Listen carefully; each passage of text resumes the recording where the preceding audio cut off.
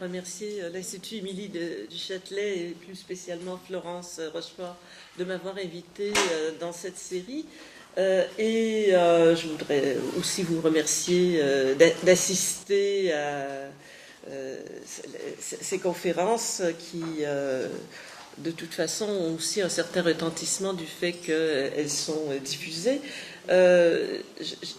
Ça tombait bien pour moi dans la mesure où, comme le dernier bouquin, c'est une sélection d'articles que j'ai écrits au fil des ans sur le féminisme québécois, le fait, ça donne l'occasion de faire un peu un bilan sur ce à quoi on a réfléchi et aussi de réfléchir à ce qu'il est devenu du féminisme en question et donc pourquoi et comment je suis intervenue à certains moments de son histoire. Bon, évidemment, un mouvement est toujours une œuvre collective, c'est pas une intervention qui fait toute la différence, mais je pense que il y a quand même des entrelacements, si on veut, entre mon parcours à moi et les développements du féminisme au Québec. J'aimerais aussi préciser que même si depuis 30 ans je suis professeure à l'université, je ne suis pas venue au féminisme par l'université. J'ai commencé à militer bien avant d'avoir un poste à l'université et je suis venue au féminisme d'abord et avant tout par intérêt militant et c'est nettement plus tard que j'ai pu en faire aussi un parcours professionnel et bénéficier de conditions à l'université qui permettent d'avoir de bonnes conditions pour réfléchir et penser et essayer de construire une réflexion que j'estime originale. Donc, simplement pour me situer, je suis professeur de philosophie politique dans un département de sciences politiques à l'Université Laval, qui est située à Québec. Alors, l'Université Laval est certainement la plus vieille université francophone en Amérique du Nord, puisque c'est d'abord un institut catholique, un séminaire, un grand séminaire catholique, qui est fondé au milieu du 19e siècle. Et ce n'est qu'en 1972 qu'elle cesse d'être une université catholique. Alors, bon, ça m'a toujours causé quelques problèmes d'être dans une université, à travailler sur les thématiques sur lesquelles je travaillais, d'être dans une université qui avait une telle tradition catholique, d'autant plus que lorsque j'ai été embauchée, j'étais la deuxième femme à être embauchée par le département de sciences politiques et que j'avais donc à faire mes preuves comme jeune, comme femme et comme féministe dans un département qui n'était pas nécessairement très ouvert aux problématiques que je développais. Mais comme j'ai expliqué à tout le monde, par rapport aux institutions, il y a toujours une marge de ruse qu'on peut utiliser. On a un peu de corde et on n'est pas nécessairement obligé d'utiliser cette corde-là pour se pendre. On peut essayer de pendre quelques préjugés avec. C'est nettement plus productif et c'est ce que j'ai essayé de faire en utilisant les ruses dont je disposais. Et bon, ce qui fait que, enseignant la philosophie politique, j'ai aussi été amenée à m'intéresser beaucoup au développement théorique au sein du féminisme, au moins autant que aux avancées pratiques et aux structures militantes. Mais dans les dernières années, j'ai participé à une équipe de recherche qui s'appelle Interreconnaissance, qui vise à documenter la contribution de divers mouvements sociaux à l'obtention de droits et à ce qu'on appelle la vie sociale des droits, c'est-à-dire comment l'avancée en droit dans certains domaines peut être utilisée par d'autres acteurs sociaux pour produire d'autres avancées en droit et produire des conséquences disons, inattendus, mais tout à fait bénéfiques à la vie sociale de ces droits-là. Donc, on travaillait sur femmes, LGBT, immigration, refuge, handicap et santé mentale, qui sont des domaines assez distants a priori les uns des autres, mais qui nous ont permis de retracer un peu cette contribution à la vie des droits à travers les témoignages de diverses militantes et de reconstituer à travers leurs témoignages donc les trajectoires empruntées par le féminisme. Et je me suis largement inspirée de cette recherche-là pour essayer de revoir un peu ma façon d'envisager le féminisme québécois, les enjeux et une certaine périodisation. Donc aujourd'hui, je vais essayer de diviser mon temps en parlant de mon itinéraire personnel, ensuite parce que c'est probablement pas une situation qui vous est si familière et qui circule beaucoup de mythes sur le féminisme québécois en France, donc je vais en parler pour que vous voyez d'où je parle et sur quoi je parle et à partir de quoi je travaille. Et finalement, je vais vous parler plus spécialement de ce bouquin qui s'appelle Les possibles du féminisme et qui m'a permis de faire justement cette espèce de synthèse de mon parcours, puisque ça comprend des textes qui ont été écrits entre 1991 et 2014. Bon. Moi, mon entrée en féminisme, si on veut, ça s'est fait beaucoup par le biais de l'enjeu contraception et avortement, très jeune. Bon, à l'époque, la contraception était légale au Québec, mais ça demandait un petit peu de travail pour trouver des médecins qui prescrivaient les pilules anovulantes. Mais surtout, l'avortement était extrêmement réglementé. Il y avait eu une modification législative en 69, en même temps qu'on avait légalisé la contraception. Donc, c'est à peu près dans les mêmes dates qu'en France. Je pense que chez vous, c'était en 67. Mais sur la question ou en tout cas, légaliser l'information sur la contraception, parce que chez nous, c'était assimilé à de la pornographie jusqu'en 69. Hein. Bon, donc, ça tombait sous le coup de la loi concernant la pornographie. Et comme beaucoup de jeunes de mon époque, on voulait vivre une sexualité qui n'était pas nécessairement encadrée par le mariage et la maternité. Et donc la question de l'avortement, pour nous, c'était un enjeu important. Et pour moi, personnellement, je peux dire que s'il y a une constante dans ma trajectoire féministe, ça a été largement les mobilisations sur la question de l'avortement. Bon, j'ai pas tellement publié sur le sujet par ailleurs, peut-être parce que j'étais trop occupée à organiser des choses pratiques, mais en tout cas, c'est une espèce de fil rouge dans mon parcours. Et donc la situation qui prévalait au Québec quand moi j'ai commencé à militer sur cette question-là, c'était un encadrement législatif assez serré dans la mesure où il fallait que l'avortement soit pratiqué dans un hôpital, qu'il ait été au préalable approuvé par 3 médecins et que la vie ou la santé de la femme ou de l'enfant à naître soit en danger. Donc il y avait évidemment des interprétations plus ou moins larges de ce critère de vie ou de santé, mais de façon générale, le résultat des courses, c'était que la plupart des avortements se faisaient de façon clandestine, en général par des médecins. Une partie se faisait dans d'assez bonnes conditions sanitaires, mais il restait toute cette zone grise et surtout il restait cette interdiction de l'avortement. Donc, ou à toute fin pratique, cette interdiction de l'avortement.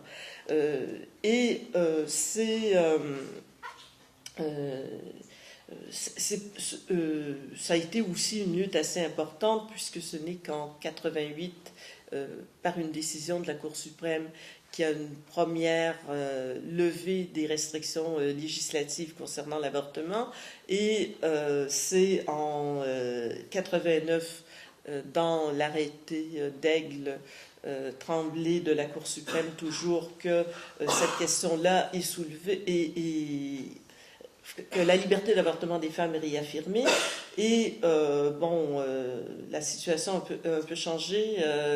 On a un gouvernement qui se dit féministe et pro-LGBT au Canada, ce qui, étant donné la conjoncture mondiale, tranche un peu, mais et en bien. Mais on a vécu durant 10 ans avec des gouvernements conservateurs qui remettaient périodiquement en question la liberté d'avortement et qui essayaient de présenter des législations restrictives, ce qui fait que durant toute la période où les conservateurs ont été au pouvoir, il a fallu périodiquement se remobiliser sur la question de l'avortement.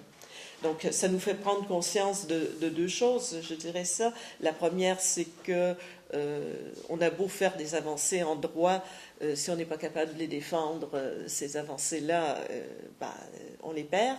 Et ça nous apprend aussi qu'on ne peut jamais considérer qu'une situation est réglée, parce que les régressions en droit, ça existe aussi. Et on vit dans une époque où on risque d'en expérimenter un certain nombre. Suite à ce militantisme sur l'avortement, je me suis joint en 1976 à un petit collectif qui publiait une revue. Alors là, comme revue, on était loin des revues professionnelles. C'est un petit bulletin de liaison renéotypé qu'on distribuait chacune chez des libraires amis ou sympathiques à la cause, et qu'on diffusait surtout à la librairie des femmes qui existait à cette époque à Montréal, mais qui cherchait à faire la liaison entre les divers groupes de femmes. C'était à la fois bulletin d'information interne et bulletin d'information externe, si on veut, sur les activités des groupes féministes, parce que jusqu'en 1975, j'y reviendrai, la structure des organisations féministes dites radicales au Québec était plutôt une structure centralisée, et à partir de 1976, on a eu une multiplication de collectifs spécialisés, et ce qui faisait que les informations passaient plus ou moins bien entre les collectifs, et qu'avec quelques personnes, on avait senti le besoin de mettre en place un bulletin de liaison pour qu'on puisse quand même avoir l'idée que nous faisions un mouvement, même si le mouvement s'expérimentait sous un mode assez décentralisé. À l'époque où on publiait ce petit bulletin de liaison, il y avait les têtes de pioche, mais qui étaient identifiées idéologiquement au féminisme radical des États-Unis, qui ne rejoignait pas l'ensemble des collectifs, et c'est pour ça qu'on avait fait en parallèle ce bulletin de liaison. J'y étais à peu près durant un an, mais je suis partie à Paris pour faire mes études doctorales. Je suis quand même restée en contact avec la revue. Je faisais la correspondante européenne, parce que je faisais Paris et l'Italie. D'ailleurs, ça a été quelque chose d'important, parce que ça m'a permis aussi de participer aux grandes manifs de 78 et 79 pour la légalisation de l'avortement en Italie, ce qui me rappelait évidemment ce qu'on faisait chez nous, mais aussi pour nouer des liens avec des groupes de femmes en Italie, surtout à Bologne où j'habitais, et à Padoue où j'avais plusieurs amis. Donc à mon retour au Québec, j'ai retrouvé le collectif de la revue, qui entre-temps avait changé de nom et était devenu Des luttes et des rires de femmes, qui a paru durant à peu près 7-8 ans ensuite sous le titre des luttes et des rires de femmes. j'étais déjà très branchée féministe et donc j'ai fait une thèse de doctorat sur le sujet. C'est-à-dire que j'ai travaillé à l'École des hautes études sous la direction de Touraine sur les difficultés d'émergence d'un mouvement féministe autonome au Québec. En fait, ce que je voulais analyser, c'était les difficultés du féminisme québécois de se départir de deux surmoi un peu envahissants. Le premier, c'était ce qu'on pourrait appeler le nationalisme radical de la décolonisation, d'où étaient issus la plupart des féministes québécoises comme courant politique, qui expliquait un peu un slogan que vous avez peut-être entendu si vous vous intéressez au féminisme québécois, pas de libération des femmes sans libération du Québec, pas de libération du Québec sans libération des femmes. L'autre, bon, disons la fin des années 70, le nationalisme radical n'existait plus comme courant politique structuré au Québec, puisqu'il y avait eu une fédération des forces indépendantistes au Québec sous la houlette du Parti québécois. Le Parti québécois était au pouvoir et il était loin d'être radical, même du point de vue nationaliste. Ce qui était à l'époque l'autre surmoi envahissant du mouvement féministe, c'était vraiment les groupes d'extrême gauche, principalement les groupes maoïstes, qui cherchaient à phagocyter à peu près la totalité des groupes, des mouvements sociaux, des groupes communautaires, pour construire l'avant-garde révolutionnaire, évidemment qui accusait le féminisme de vouloir diviser les forces progressistes et de vouloir un peu complexifier la lutte des classes en disant que la classe était peut-être moins unie qu'on pensait. Évidemment, la révolution sociale n'a pas eu lieu, ni au Québec, ni ailleurs d'ailleurs, mais le courant maoïste a disparu. Mais ça a été deux grands obstacles, c'est-à-dire que dans le féminisme québécois, on a été largement emprisonné dans cette idée de justifier la radicalité du féminisme par rapport à des groupes qui disaient que ça déviait de la vraie radicalité, qui était soit le combat pour la souveraineté du Québec, soit le combat pour le socialisme. Et cette thèse-là, évidemment, ça a été un peu le début d'un parcours intellectuel plutôt que l'aboutissement, mais ça m'a quand même permis de développer un certain nombre d'idées, et je pense que c'est des idées que je traîne, que j'ai remaniées, que j'ai revisitées, mais qui me servent un peu de balises. Et je trouve que c'est des balises, après tout, qui me permettent d'agir et de réfléchir, donc tout à fait utiles. Et je dirais que le principal apport de cette thèse, ça a été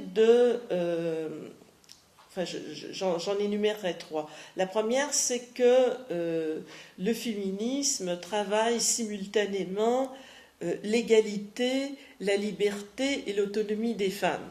Je pense que c'est quelque chose qui est important de répéter de nos jours, où on a tendance à penser que le seul enjeu du féminisme, c'est l'égalité entre les femmes et les hommes, et on se demande toujours l'égalité de quelles femmes avec quels hommes, évidemment, dans une problématique comme ça.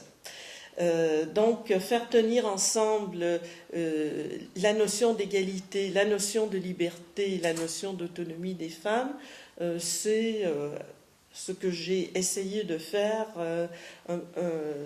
tout au long de mes actions féministes. La deuxième, et c'était vraiment le sujet de ma thèse, c'était que le féminisme a un sens comme mouvement autonome, c'est-à-dire qu'il n'y a pas à se rapporter pour avoir une étiquette de radicalité ou de pertinence politique à d'autres mouvements. il a sa propre pertinence comme mouvement, il soulève des vrais enjeux de société et donc il n'a pas à s'exprimer par analogie en termes de classe ou en termes de nationalité. Il se suffit à lui-même comme mouvement de contestation sociale, si on veut. Même si il n'a pas nécessairement la vocation de traiter de la totalité du social. Là, quoique, puisque les femmes sont présentes en fait dans toute la société, il finit de fait par traiter de la totalité du social, mais à partir d'un angle assez précis et sans prétendre que toutes les questions sociales se ramènent au féminisme d'une certaine façon. Et le troisième élément que j'en ai retiré, c'est que le féminisme renouvelle les façons de faire de la politique de plusieurs façons, en misant sur des petits collectifs qui prennent la responsabilité de leurs actions.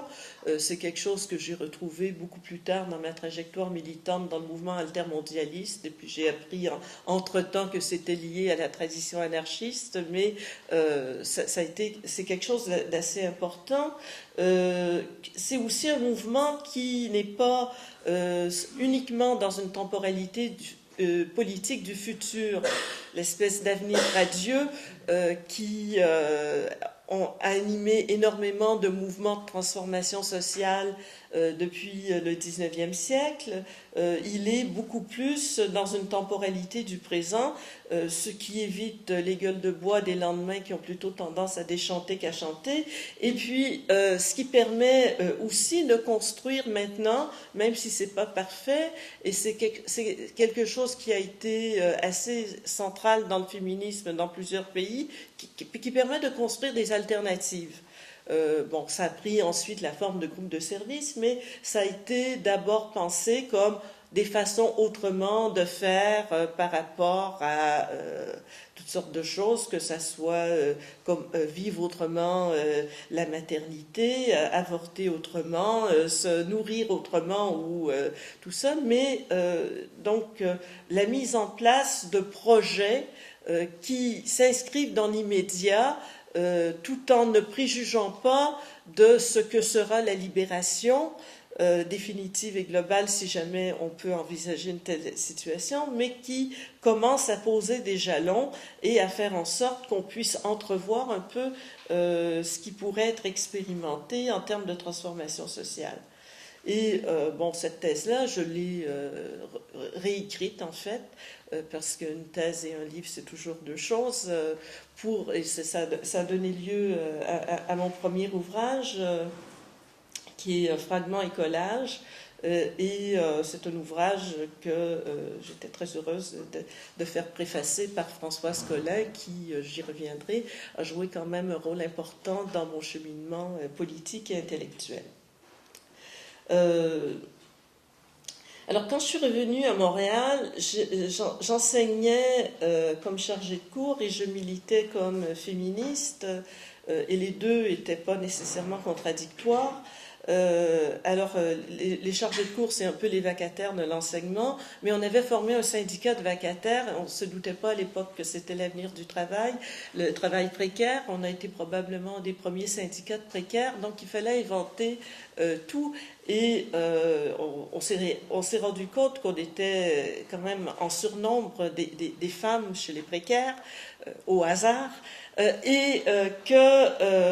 Donc on s'est dit, mais pourquoi en même temps que notre boulot syndical, on ne fait pas un boulot féministe? Après tout, on est la partie la plus nombreuse du syndicat, et donc profitons-en. Donc on s'est organisé pour faire à la fois un boulot syndical d'organisation et de lutte sur les conditions de travail des précaires, et un boulot féministe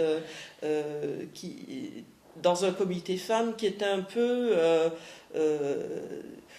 inusité à l'époque au niveau des syndicats, surtout si on considère nos moyens d'action. Nous, on avait tout été formés à l'action directe dans les collectifs féministes, alors on s'est dit, on va continuer comme ça dans le syndicat, ce qui nous a valu quelques réprimandes évidemment, mais après tout, on s'est bien amusé. Et on est arrivé à faire des choses. Bon, la première chose qui peut paraître un peu bizarre aujourd'hui, mais enfin, quand on considère ce qui se passe avec la langue française et la féminisation, je pense que c'est pas si étrange. On a fait la première convention collective entièrement féminisée. C'est-à-dire que tout était dit, à la fois au masculin et au féminin. L'autre truc, c'est que on a, bon, évidemment, on a eu droit au quolibet généralisé sur cette lourdeur de la langue française et, bon, comme si on était toujours le poids lourd de la langue, alors qu'elle a bien ses lourdeurs, indépendamment de nous. Hein. On voit maintenant d'ailleurs que la féminisation est en net recul partout dans la francophonie, y compris au Québec. Pour vous en donner un exemple, il y a un mois, il y a eu des incidents d'agression sexuelle dans les résidences universitaires à Laval et les communiqués de notre direction universitaire, évidemment, toutes les personnes agressées étaient des femmes, mais les communiqués de notre administration parlaient des victimes. Ce qui est très bien, c'est un beau terme épicène pour ne pas avoir à nommer le fait que c'était des agressions sexuelles à l'encontre des femmes. Et l'autre truc qu'on faisait aussi et qui est encore d'actualité, c'est quand on entendait parler de chargés de cours qui faisaient du harcèlement sexuel à l'encontre de leurs étudiants, c'était avant et de leurs enfin surtout de leurs étudiantes, c'était avant toutes les politiques de lutte contre le harcèlement sexuel sur les campus. Nous, on faisait une intervention directe auprès des chargés de cours en question, et on avait même réussi à faire voter à notre syndicat ce qui contrevenait aux obligations légales des syndicats, mais quand même à le faire voter que si un chargé de cours était congédié par l'administration, ce qui nous semblait une possibilité infime, pour fait de harcèlement sexuel, le syndicat ne prenait pas nécessairement sa défense.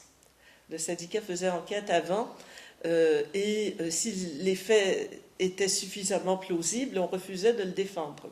Bon, c'est des trucs qui se font moins maintenant parce que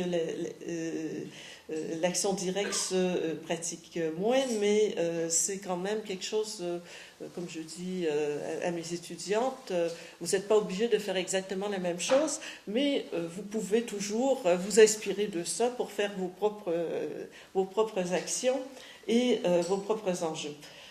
Bon, en parallèle avec cette activité-là au syndicat, j'avais formé avec un groupe de copines universitaires une espèce de cercle de discussion féministe et c'est par ce cercle de discussion assez informel où on discutait à la fois d'enjeux pratiques dans le mouvement féministe et de nos implications militantes et de questions théoriques on recevait à notre cercle de discussion à peu près tout le monde qui passait au Québec. C'est assez éclectique. Hein.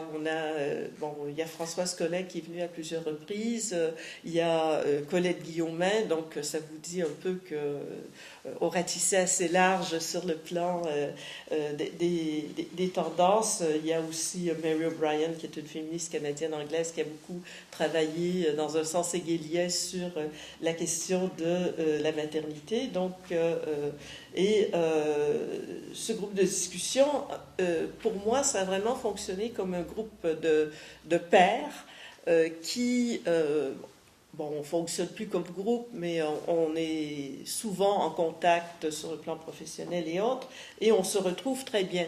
C'est-à-dire qu'on se rend compte qu'on a forgé dans ce groupe-là qui tenait des assemblées de cuisine, une complicité et qui nous permet encore maintenant d'agir ou de penser dans un sens à tout le moins complémentaire, si pas similaire. Donc, et de pouvoir rebondir l'une par rapport à l'autre, comme au temps où nous participions plus largement dans ce groupe de discussion. J'ai aussi commencé à développer des recherches sur l'articulation travail salarié, travail domestique, ce qui m'a fait entrer en contact ici avec l'APRE qui se mettait sur pied, principalement par l'intermédiaire de Dominique Fougirelas, si ma mémoire est bonne, dans ce cadre-là, j'ai effectivement, de façon épisodique, mais à divers moments, donc participé aux travaux de l'APRE et j'ai aussi contribué à un certain nombre de discussions dans ce collectif-là. J'ai obtenu entre-temps un boulot moins précaire à l'Université Laval et à la fois à l'UQAM et à l'Université Laval, j'ai travaillé à la mise sur pied des premiers cours féministes. Alors, à l'époque, c'était assez amusant de mettre sur pied des cours féministes parce que, d'abord, on ne savait pas à quoi ça pouvait ressembler, on n'en avait jamais eu.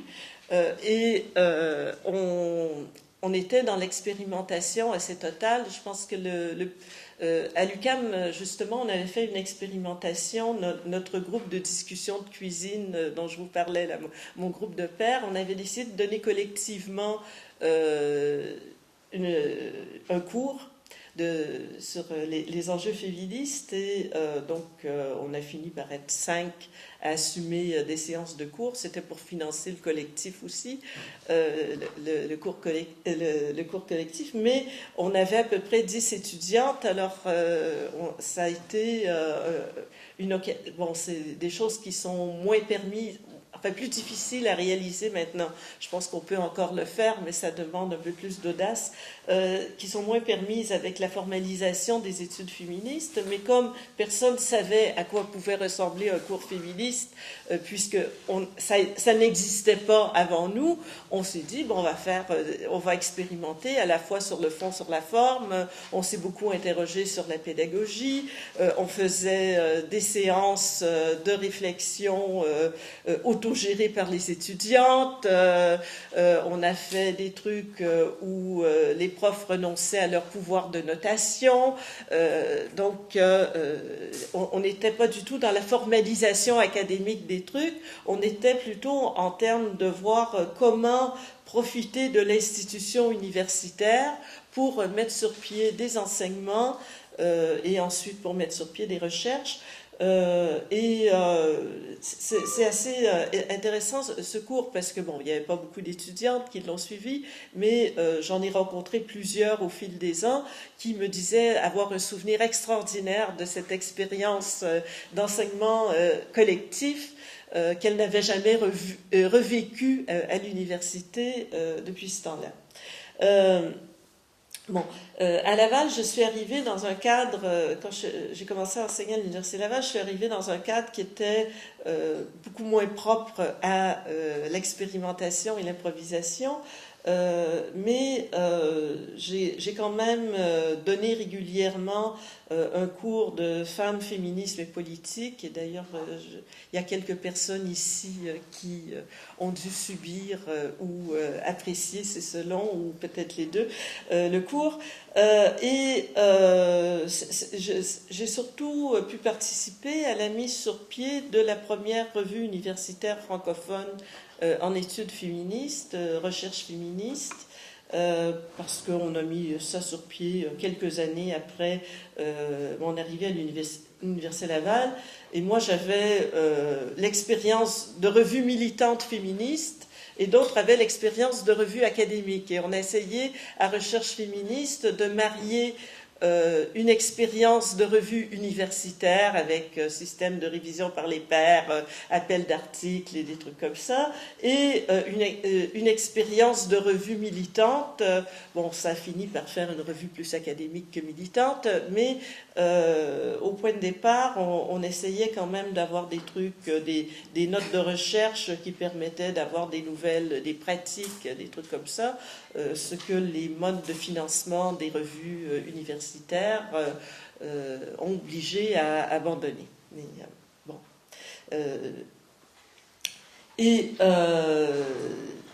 J'ai aussi été... alors, ça, c'est un épisode assez particulier dans mon histoire parce que c'était très loin de mes expériences antérieures. J'ai participé à la mise sur pied d'un collectif qui s'appelle Femmes, Féminisme et Démocratie, qui est intervenu sur la question de la place des femmes dans la représentation politique. Alors, je vous dis que c'était un peu loin de mes expériences antérieures parce que moi, j'étais plutôt partisane de l'action directe des collectifs et pas de la démocratie représentative. Mais comme il y avait des discussions sur la question du mode de scrutin, je me suis dit, on peut quand même pas laisser passer l'occasion de souligner que la représentation est quand même très largement masculine au Québec et qu'il serait temps de faire autre chose et que tant qu'à réformer le mode de scrutin, mettre en place des mécanismes qui assuraient la représentation des femmes. Bon, ça ne s'est pas fait ni pour le mode de scrutin ni pour la représentation des femmes et d'ailleurs à ce niveau-là on est en régression au Québec. On a déjà eu jusqu'à un tiers de femmes à l'Assemblée nationale et là on est en bas de 30%. Donc, et ça ne va pas s'améliorer avec les gouvernements qu'on a. Je dirais que par rapport à ce travail académique, pour moi, l'année 89, ça a été une année charnière du fait de 3 événements qui m'ont obligé d'une certaine façon à ne pas me couler dans le train-train de la vie universitaire. Et je pense que ça a été bénéfique pour moi d'avoir cet ancrage militant qui me tenait en partie hors du féminisme académique, même si je pouvais aussi faire du féminisme académique. Et ces 3 événements-là, ça a été l'affaire d'Aigle, c'est-à-dire, pour vous faire un topo rapide, un ex-conjoint revendique un droit de suite sur son sperme et donc veut empêcher, au nom de sa paternité putative, son ex-conjointe d'avorter. Et donc fait toute une série de démarches en cours, rencontre au niveau des cours du Québec des juges tout à fait bienveillants à sa cause, et la cause aboutit devant la Cour suprême du Canada qui, moins d'1 an auparavant, avait rendu une décision dans l'affaire Morgan Taylor, dans l'affaire Morgan Taylor, le jugement majoritaire de la Cour suprême, c'était simplement de dire les articles du Code criminel qui concernent l'avortement sont illégaux parce qu'on ne traite pas l'avortement comme un acte médical comme un autre, puisqu'on demande un comité de 3 médecins pour évaluer la pertinence de l'acte, et il ne peut être réalisé qu'en structure hospitalière, alors que ça ne demande pas nécessairement une hospitalisation. Donc, le jugement Morgan Taylor avait en fait légalisé la possibilité pour des médecins de pratiquer des avortements, mais il y avait seulement un des jugements majoritaires, fait par la seule femme juge d'ailleurs à l'époque, qui disait « mais il en va de la liberté des femmes ». Ce qui est intéressant dans l'affaire d'Aigle, où il a fallu se mobiliser pour faire en sorte de faire confirmer la première décision de la Cour suprême, ce qu'elle a fait, c'est que l'enjeu n'était plus la possibilité pour des médecins de pratiquer des avortements, l'enjeu est devenu la liberté pour les femmes de recourir à l'avortement si elles le jugent nécessaire, et, comme le disait le slogan de l'époque, sans papa, sans mari, sans juge et sans médecin pour prendre la décision à leur place. Donc, ça a été quelque chose d'important, mais c'est vrai qu'on avait l'impression que ça s'était réglé, la question de l'avortement sur le plan judiciaire, et moins d'un an plus tard, il faut se remobiliser. Bon, le dénouement a été favorable, mais la deuxième occasion, qui est plus personnelle, j'avais 89, c'était donc à la fin de l'année 89, j'ai publié un bouquin sur l'accession des Québécoises au droit de vote et plus généralement sur les enjeux de citoyenneté qui entourent la question du vote des femmes dans les démocraties libérales. Et bon, je l'avais fait un peu par défaut, c'est-à-dire que je commençais à travailler sur des enjeux de femmes et de politique et je me suis rendu compte qu'il n'y avait aucune synthèse en français sur l'accession des Québécoises au droit de vote. Je me suis dit, bon, ben, s'il n'y en a pas, on va faire. Hein. Donc, je l'ai fait et ça, comme il y avait la préparation des célébrations du 50e anniversaire de l'obtention du droit de vote par les femmes, on a commencé à parler du droit de vote et ça m'a permis de faire une assez bonne tournée des collectifs féministes de l'époque qui m'invitaient à discuter et donc j'ai pu renouer avec une tradition militante autour de ce bouquin-là. Et évidemment, à la fin du mois de décembre, c'est l'attentat de Polytechnique qui a agi un peu comme un coup de semence. Pour vous rappeler brièvement, il y a un tueur qui est entré à l'école Polytechnique dans une classe, qui a séparé les garçons et les filles et qui a tiré sur les filles. Il en a tué 14. Bon. Bon, moi, ça me semblait assez évidemment un attentat antiféministe, mais c'était pas la lecture dominante à l'époque. Et donc, je me suis dit, on ne peut pas laisser un attentat antiféministe impuni, il faut réagir. Et bon, je n'ai pas été la seule à réagir. Il y a eu plusieurs manifs qui ont été organisés par divers collectifs féministes dans la semaine qui a suivi. Mais moi, j'ai organisé quelque chose à l'Université Laval la semaine qui suivait. Et là, je l'ai vraiment pris en pleine gueule parce que y a toute une série de types antiféministes qui ont commencé à nous accuser de récupérer l'événement de Polytechnique et qui m'ont personnellement accusé d'être une féminazie, ce qui, étant donné mon parcours, m'a pas particulièrement plu. J'ai fait un travail, donc ça m'a confirmé dans la nécessité à la fois de militer et de réfléchir sur le féminisme. Et je dirais que, pour résumer un peu mes activités militantes, je ne vais pas vous faire toute ma biographie ou ma bibliographie, mais je dirais que maintenant, j'ai tendance à penser, j'ai eu l'occasion aussi de faire, oui, je vais mentionner deux choses parce que ça, c'est deux ouvrages auxquels je tiens beaucoup. Alors, le premier, c'est Pensée rebelle que j'ai fait en 2010, qui essaie d'organiser dans une généalogie féministe, donc dans l'idée que c'est la fille qui fait la mère et c'est la reconnaissance d'une autre femme et de la contribution d'une autre femme dans sa réflexion qui fait la généalogie d'une certaine façon. Donc j'ai fait une petite filiation, Rosa Luxembourg, Hannah Arendt et Françoise Collin, qui sont évidemment assez différentes, mais qui sont quand même trois penseurs qui ont joué un rôle majeur dans mon propre engagement politique et intellectuel, et donc je trouvais ça très intéressant de les revisiter sous l'angle de ce que l'une avait pris à l'autre et comment se perpétuait une certaine tradition et une certaine généalogie féministe, même si on ne peut pas dire que Rosa Luxembourg et Hannah Arendt soient particulièrement féministes. Et un autre bouquin que j'ai fait, c'est en 2013, Le trésor perdu de la politique, dont le titre est emprunté à Hannah Arendt, et qui regroupe mes interventions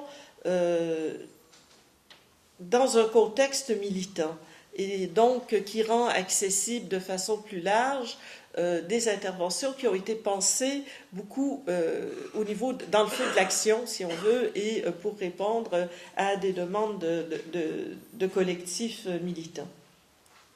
Et si j'ai à faire une synthèse, je dirais que, évidemment, mon ancrage, ça reste fondamentalement dans le féminisme, dont je retiens l'idée de l'autonomie des femmes et de la justice sociale, mais un féminisme donc qui ne se limite pas à penser les injustices entre les femmes, même si envers les femmes plutôt, même si c'est évidemment le gros du travail du féminisme et qui c'est déjà un gros morceau à réfléchir et à agir, mais un féminisme qui essaie de lutter contre toutes les formes de domination et d'oppression, et donc pour lequel rien de ce qui relève de l'humanité n'est étranger, parce que de fait, peu importe l'oppression et la domination, évidemment, l'existence de l'oppression favorise en toutes circonstances, bon, je ne l'ai pas inventé, c'était déjà chez Olem de Gouges, mais ça favorise l'oppression des femmes.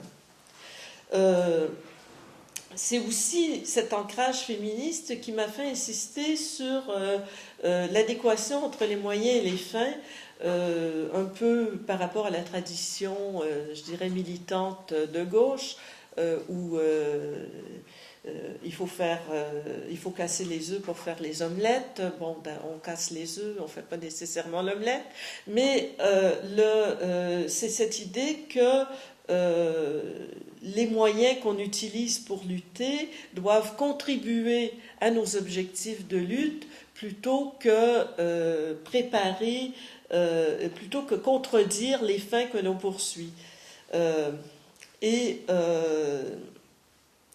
La dernière chose que je dirais, c'est que dans le féminisme, c'est nécessaire d'avoir un va-et-vient constant entre la théorie et la pratique.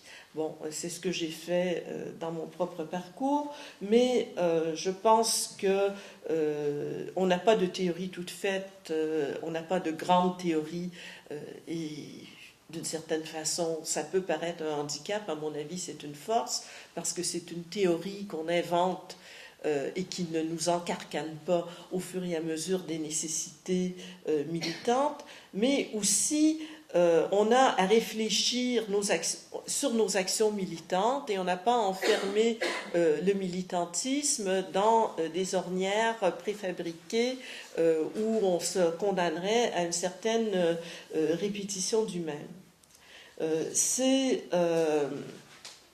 C'est aussi dans l'expérience des collectifs féministes que j'ai appris à privilégier l'action directe, la démocratie directe, les formes participatives et représentatives et délibératives de démocratie. Et puis, c'est aussi à travers le féminisme que j'ai pu mesurer l'importance des droits et l'outil formidable de lutte qu'ils représentent. C'est-à-dire que j'ai jamais considéré les droits comme quelque chose qui est dans une déclaration qu'on ressort des boulamites une fois de temps en temps, mais plutôt considérer la vie sociale des droits, c'est-à-dire comment les droits sont des cristallisations de lutte sociale et nécessitent des luttes sociales, mais aussi rendent possible un certain nombre de luttes, parce qu'ils nous donnent des points d'ancrage, des manières de poser des problèmes et de s'inscrire non pas dans la spécificité féminine, mais dans le régime de droit commun qui fait qu'il ne devrait pas y avoir d'injustice contre la moitié de l'humanité que sont les femmes. Donc, il me semble que ça résume assez bien mon cheminement féministe, si on veut. Je voulais vous parler de l'évolution du féminisme québécois parce que ça a un peu structuré l'évolution de mes réflexions et comme c'est un objet de beaucoup de mythes en France sur le merveilleux féminisme québécois qui arrive à faire bouger tant de choses, je pense qu'il faut redimensionner. On a fait des choses, tant mieux. Je pense qu'on n'est pas les seuls à avoir fait des choses et c'est important de tenir compte de l'évolution de ce féminisme. Donc, comme j'ai eu à faire l'exercice pour le projet de recherche interreconnaissance de revisiter l'histoire du féminisme au Québec à partir des témoignages militants, je vais m'inspirer de ça et donc je fais une périodisation en 4 temps. La première étape, c'est la mise en place des instruments du changement qui va dans la période 60-75. C'est une étape où on voit en fait se réorganiser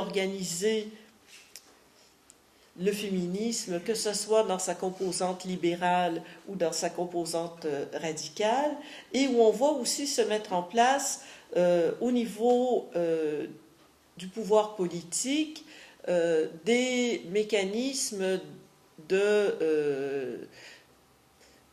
pour promouvoir des politiques publiques disons, moins inégalitaires pour les femmes, ou moins discriminatoires pour les femmes. Donc, dans cette période-là, il y a la première organisation qui voit le jour, c'est la Fédération des femmes du Québec, qui est fondée en 1966, qui se veut une association non confessionnelle et multiculturelle. Bon, multiculturelle, c'est plutôt des blanches francophones et anglophones. C'est ce que ça veut dire à l'époque. Bon, étant donné la composition sociologique de la population québécoise, c'est pas très multiculturel. C'est une organisation qui se veut un outil de coordination des diverses associations féminines pour exercer une action de lobby auprès d'un gouvernement qui, pour une fois, n'est pas fermé à une transformation de la situation sociale des femmes au Québec, même si c'était vraiment pas dans le programme de la Révolution tranquille de révolutionner la situation des femmes.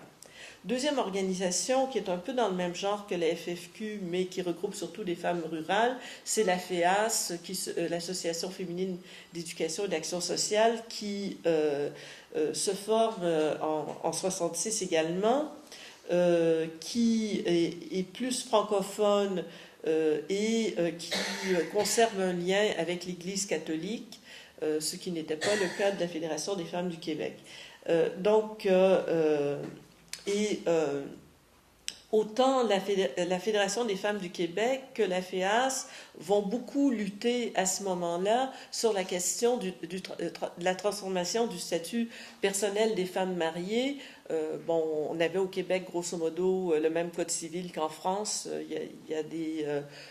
Il y a quelques petites modifications mineures pour inclure des éléments de droit britannique, de common law, mais de façon générale, il est inspiré du Code civil français de 1806, le Code de Napoléon, ce qui fait qu'il consacrait à toute fin pratique l'incapacité juridique des femmes mariées, ce qui posait un certain nombre de problèmes pratiques et surtout un certain nombre de problèmes de statut. Et là, la première femme qui a été élue au Québec est devenue ministre en 64.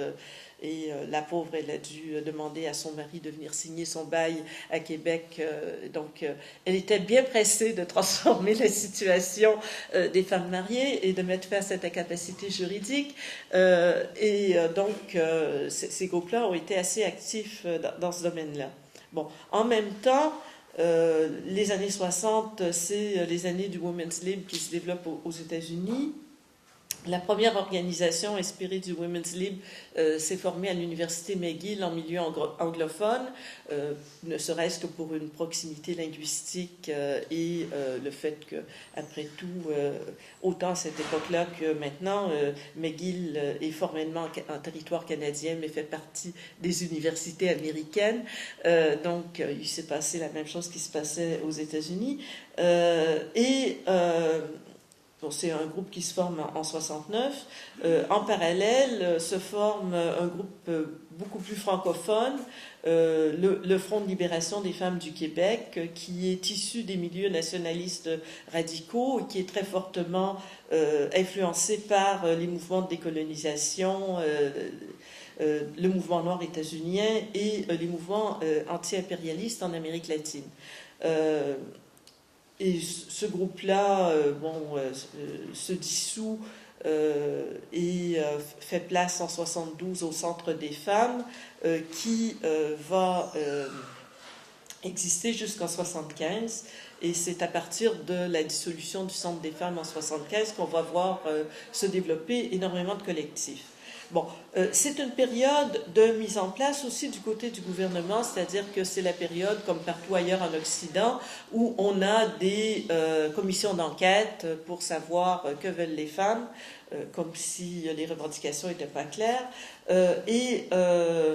Bon, ces commissions d'enquête sont quand même intéressantes à la fois pour ce qu'elles abordent et ce qu'elles passent sous silence. Alors, la commission fédérale qui est créée en 68 et qui rend son rapport en 72, aborde des enjeux comme le statut juridique et le statut personnel des femmes, aborde des questions comme l'avortement, la contraception, aborde la question de l'éducation, du travail, mais est totalement silencieuse sur la question des violences. Bon, donc ça reprend grosso modo, c'est-à-dire que ce qu'on peut voir en fait, c'est que ça rend audible dans le système politique les revendications qui avaient été faites au tournant du 19e et 20e siècle par les groupes féministes, même si des secteurs minoritaires de ces groupes féministes avaient aussi soulevé la question des violences, mais ce n'était pas une thématique très dominante. Donc, dans cette période de mise en place, on voit apparaître 4 enjeux. C'est le statut personnel, l'éducation, le travail et la contraception et l'avortement. Mais il y a, sauf sur la question du statut personnel des femmes mariées, il n'y a pas de développement important. Bon, au niveau de l'éducation, il y a eu des trucs, mais qui ne sont pas spécialement liés aux féministes, mais qui reprennent encore là les revendications féministes du début du siècle. C'est toute la question du curriculum scolaire commun pour les filles et les garçons et de la coéducation filles et garçons, donc de la mixité scolaire. La période qui a fait rêver à peu près tout le monde, qui est la deuxième période sur le féminisme québécois, c'est la période 75-89, où on peut dire qu'on assiste à une forme d'acceptation sociale du féminisme, où dans le langage des mouvements sociaux, on dit le triangle de velours fonctionne, c'est-à-dire qu'il y a à la fois des mobilisations féministes importantes, des personnes dans l'appareil d'État qui sont prêtes à relayer ces mobilisations féministes pour les transformer en politique publique, et un savoir universitaire qui donne une certaine légitimité ou une certaine onction savante à ces revendications féministes. Et donc, c'est vrai que dans cette période-là, il y a eu des avancées tout à fait importantes. Il y a eu aussi un développement et une expansion géographique des groupes féministes qui se mettent à couvrir l'ensemble du territoire québécois et qui interviennent sur une multiplicité de sujets. C'est aussi la grande période de la lutte pour la liberté d'avortement. C'est là qu'on a eu les très grosses mobilisations, mais en même temps, la mise en place d'alternatives pour faire en sorte que l'avortement soit possible. C'est pour ça que je vous dis, les alternatives, on n'a pas attendu que la loi change. Aussitôt que ça a été possible, il y avait déjà en place des services de référence pour avortement auprès de médecins qui acceptaient d'en pratiquer. Ça, c'est depuis le début du Front de libération des femmes qui faisait ce genre de pratique, ou alors on organisait des bus pour aller aux États-Unis. À l'époque, la législation était plus libérale aux États-Unis, ce qui n'est plus le cas. Mais donc, il y avait ça, mais dans cette période-là, ce qu'il y a eu aussi, c'est la mise en place de services en parallèle ou dans une parallégalité par rapport au service public. C'est-à-dire que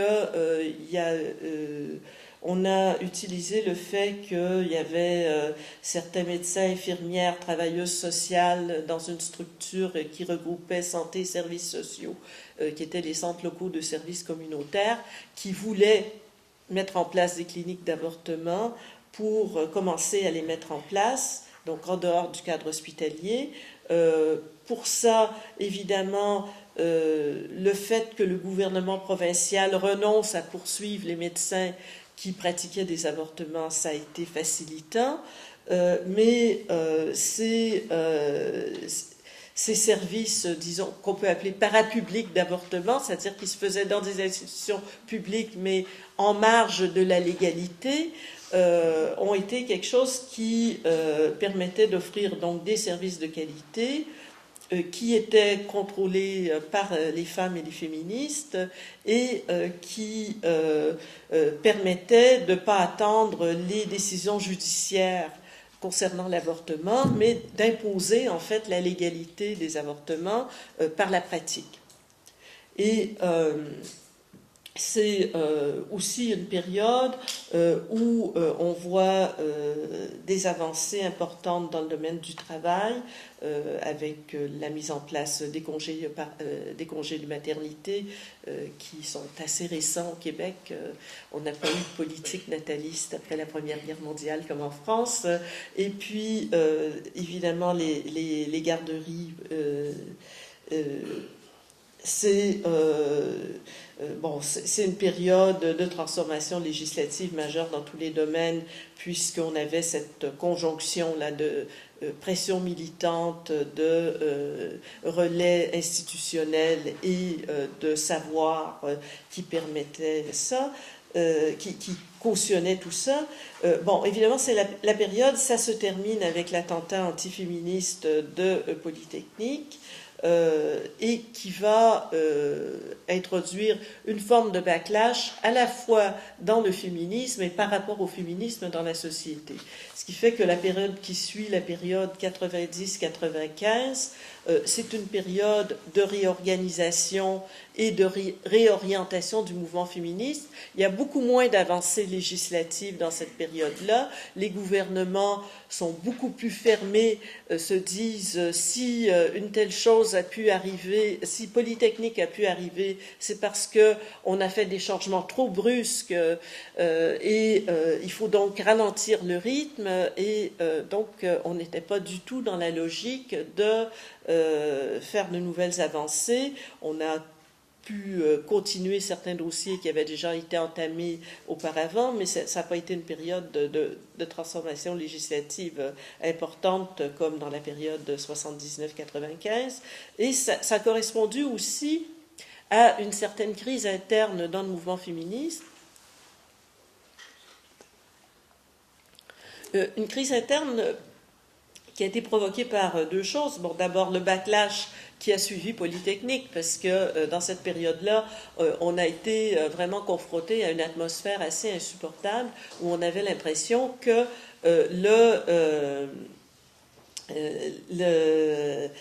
c'était nous qui avions commandité l'attentat quasiment pour revenir un sujet d'attention politique et médiatique, alors que c'était complètement absurde, et où donc on a mis beaucoup les féministes sur la défensive. On avait toute une série d'experts qui parlaient de l'attentat et jamais d'expertes et encore moins jamais de féministes. Et on était évidemment une gang d'hystériques qui l'avait bien cherché d'une certaine façon parce qu'on avait tellement bouleversé la société. Donc, évidemment, ça produit des effets à la fois à l'interne du mouvement, cette espèce de backlash, et aussi dans les pratiques, puisque l'idée de travailler de concert avec des féministes à l'intérieur de la structure étatique pour faire des politiques publiques et avec des universitaires, ça rend ça plus difficile puisqu'il y a une certaine fermeture à l'intérieur de la structure étatique par rapport aux transformations législatives. Donc, c'était aussi une réorganisation qui était rendue nécessaire par le fait que il y avait comme une espèce d'implicite dans le mouvement, l'implicite nationaliste, si on veut, dans le mouvement féministe québécois, c'est-à-dire que émancipation nationale et émancipation féministe allaient de pair, et par conséquent, on ne questionnait pas l'adhésion de la plupart des féministes au projet de la souveraineté du Québec. Ça a un peu volé en éclat au moment de la célébration du 50e anniversaire du droit de vote des femmes, parce que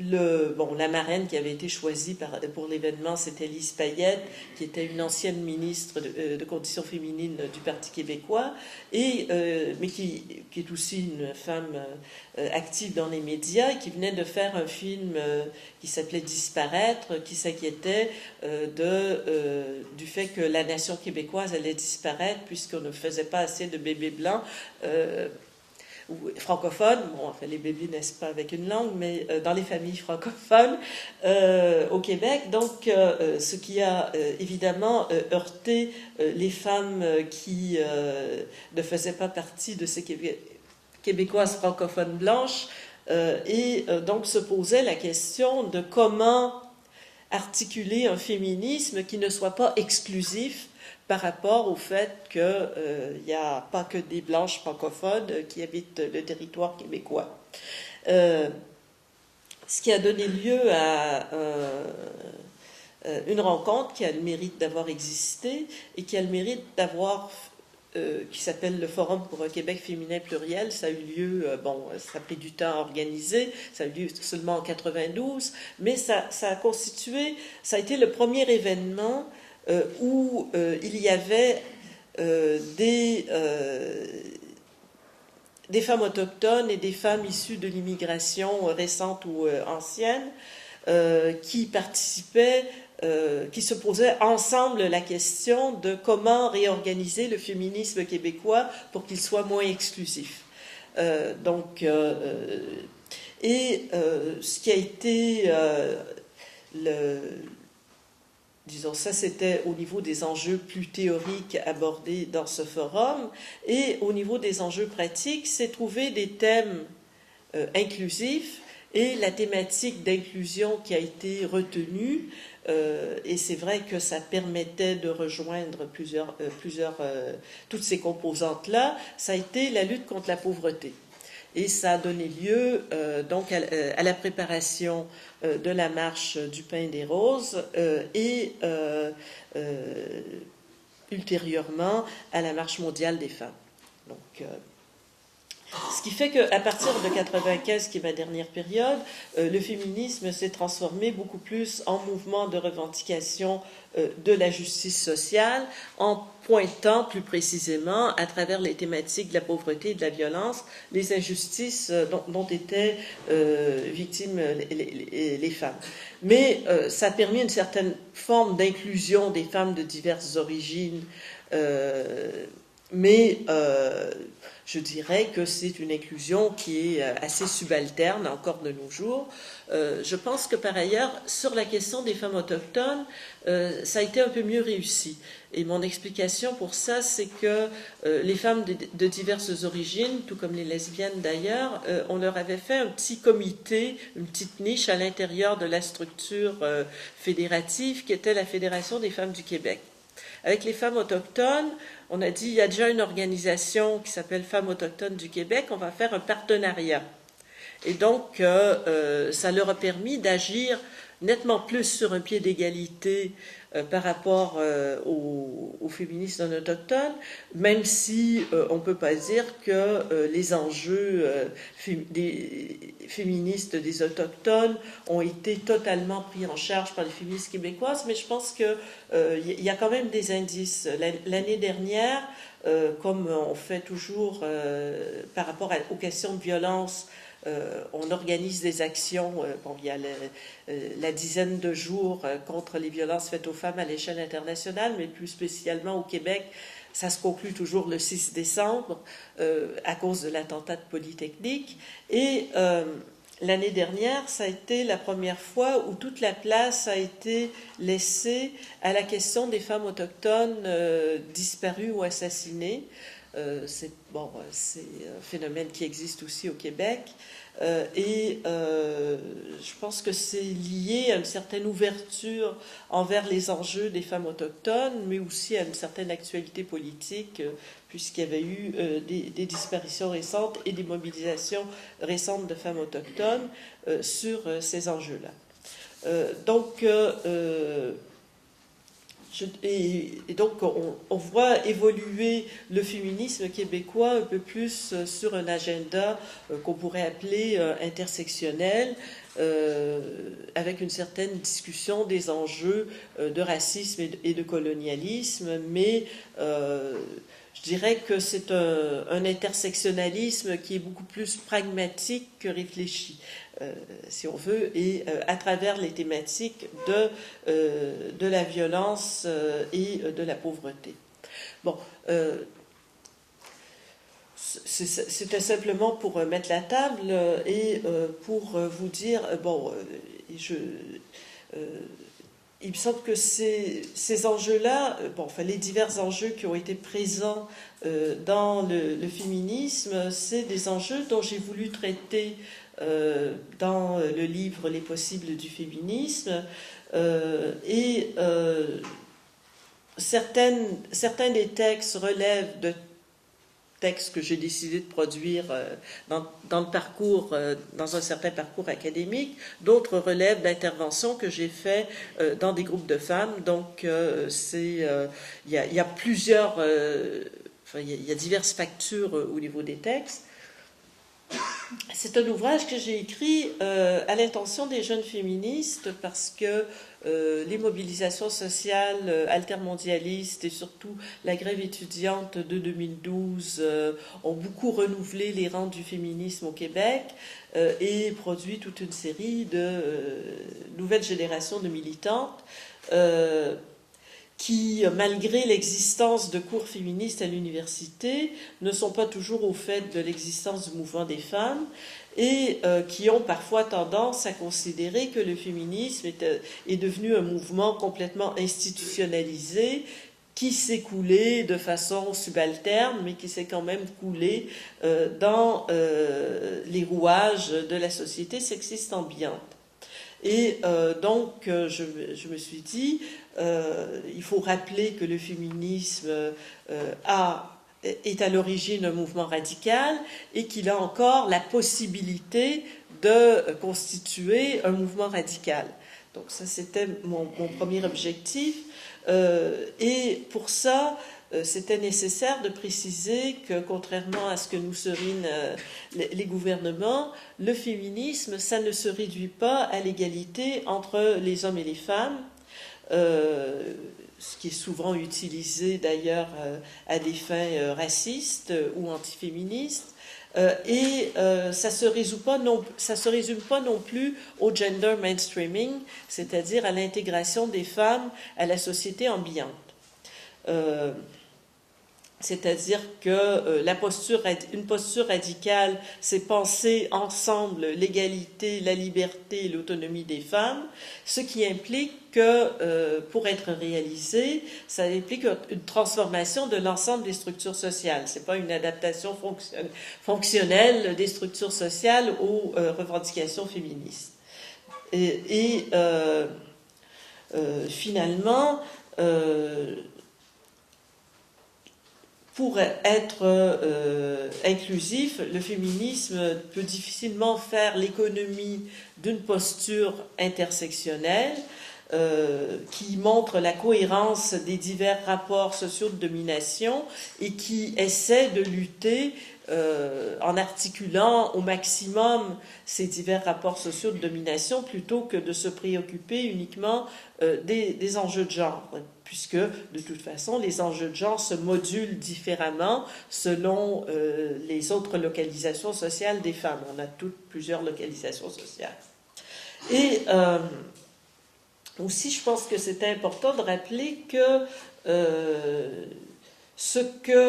les transformations de la situation sociale des femmes qu'on a pu vivre au Québec, ça relève ni de la bonne volonté gouvernementale, ni de l'évolution naturelle des sociétés, mais que c'est le produit des luttes. Ça peut sembler évident pour des militantes de longue date, mais c'est pas toujours évident pour les plus jeunes qui ont tendance à considérer que ça va de soi, que les choses se passent comme ça, et qui ont tendance à minimiser les efforts qu'il a fallu mettre, même si tout n'est pas réglé, pour en arriver là.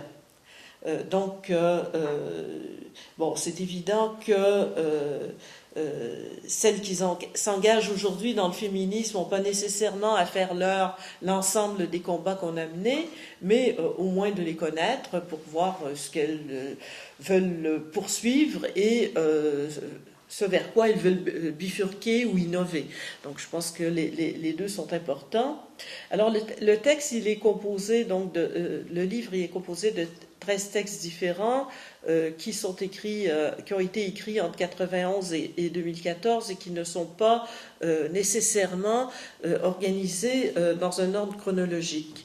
Le premier, je vais faire vite parce que le temps file. Donc, le premier, c'est pour prendre à contre-pied cette idée que le féminisme serait devenu une valeur fondamentale de la société québécoise ou que l'égalité entre les femmes serait devenue une valeur fondamentale de la société québécoise. Bon, c'est un peu un mouvement d'humeur. C'est quelque chose qui nous a été... on a eu une commission pour discuter des accommodements raisonnables qui étaient...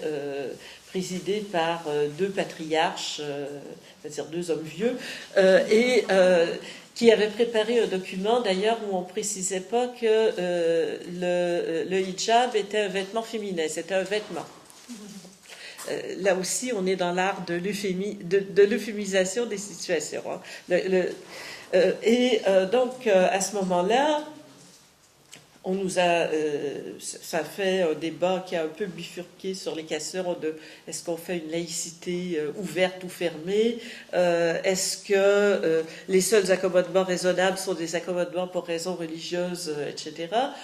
Mais de façon générale, c'est nous au Québec, on est d'accord avec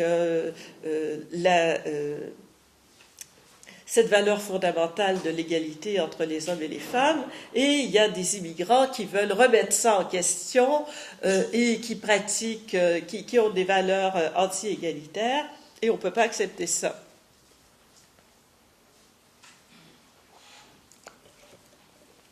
Alors, bon, c'était pour protester contre cette idée-là que j'ai écrit ce petit texte d'humeur. Le deuxième, c'est entre émancipation et libération. C'était pour voir comment finalement la thématique de l'émancipation, qui avait été une thématique importante des mouvements sociaux jusque dans les années 60, pourquoi ça n'a pas été repris par le féminisme et pourquoi il a plutôt formulé ses enjeux en termes de libération des femmes.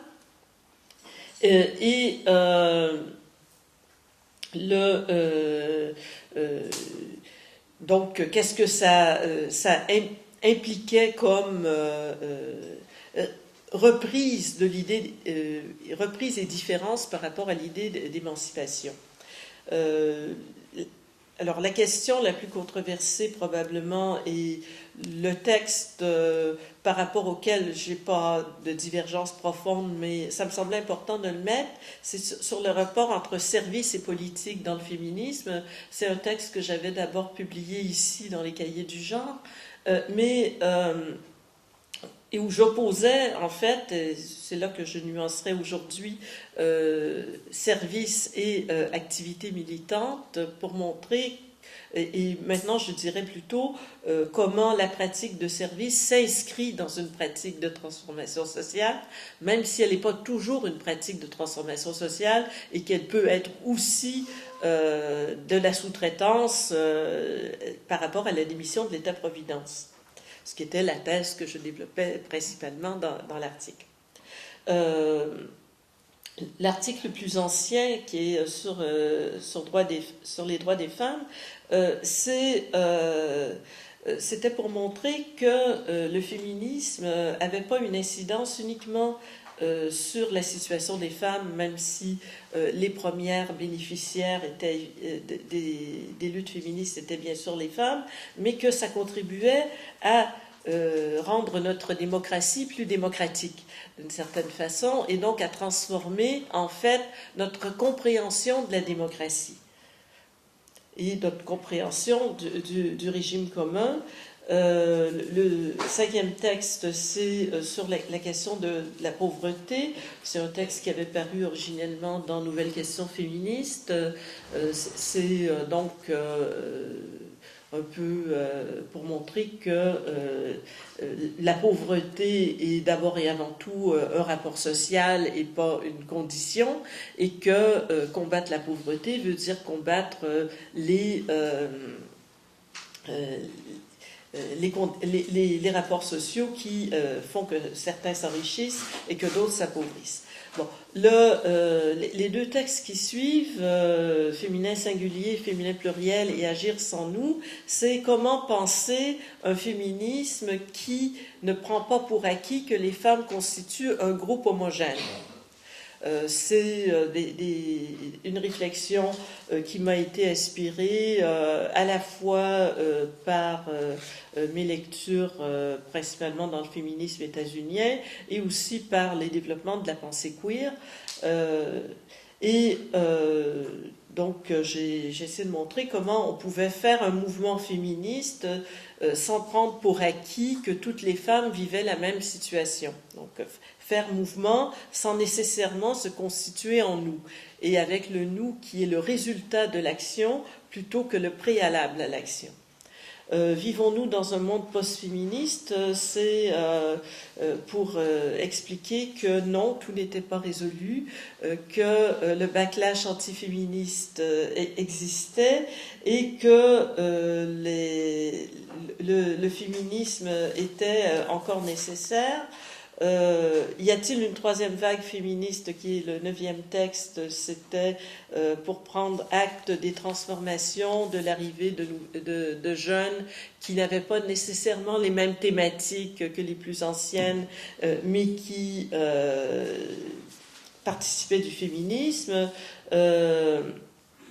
J'ai écrit un petit texte pour le numéro spécial d'A Vie en rose qui s'appelle Un grain d'insolence, où je dis il faut retrouver un peu cette idée iconoclaste des débuts du féminisme, parce qu'on est en train de...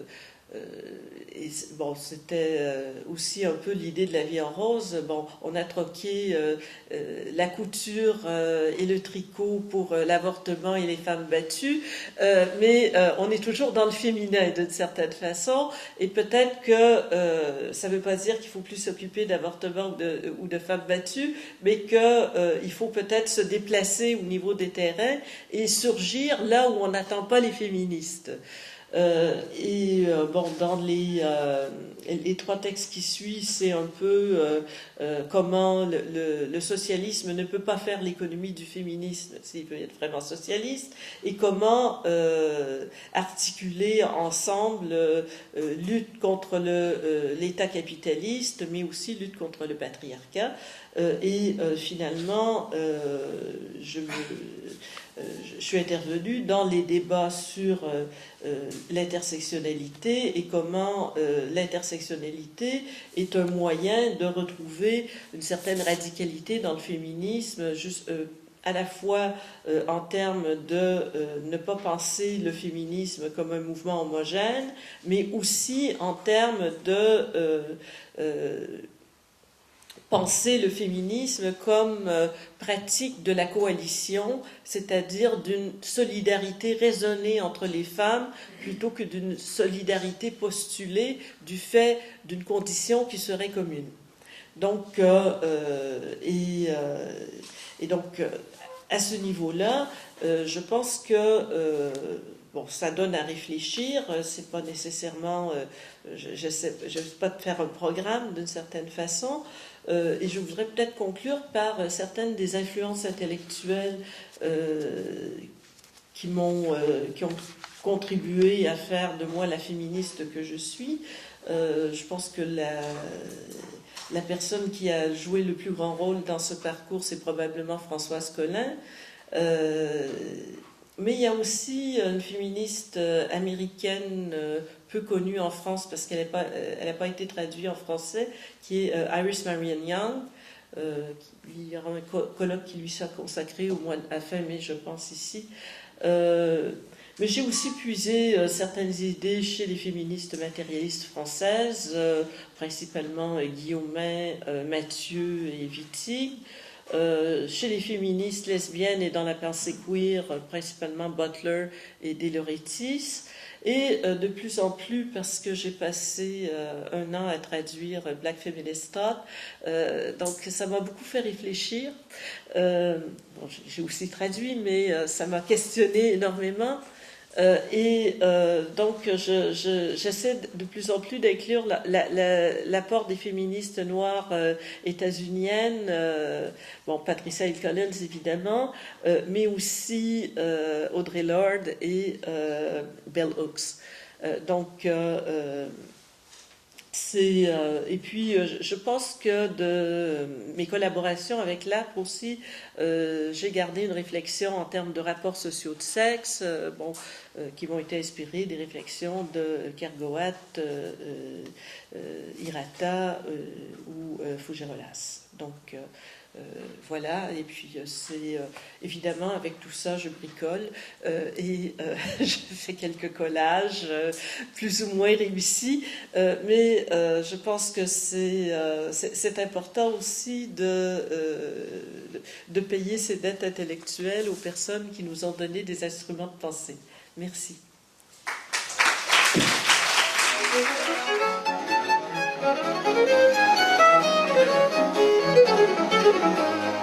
Thank you.